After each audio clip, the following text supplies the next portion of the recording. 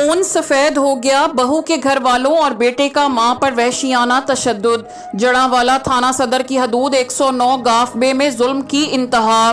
बेटे तलहा ने अपनी बीवी के साथ मिलकर अपनी ही मां पर जुल्म की इंतहा कर दी। बेटा और बहू राबिया अपने भाइयों के साथ मिलकर अपनी सास आबिदा को तशद्दुद का निशाना बनाती रही। आसिम, नाजिम, खालिद, तनवीर, शौकत घर के ताले तोड़कर सामान बाहर निकालते रहे। मुतासिरा खातून आबिदा ने मना किया तो मुल्जिमान ने तैश में आकर डंडों सोटों से तशद्दुद किया। बेटा पास खड़े देखता रहा। मां का कहना था कि बेटा तलहा बहू की बातों में आकर घर से अलग होना चाहता था।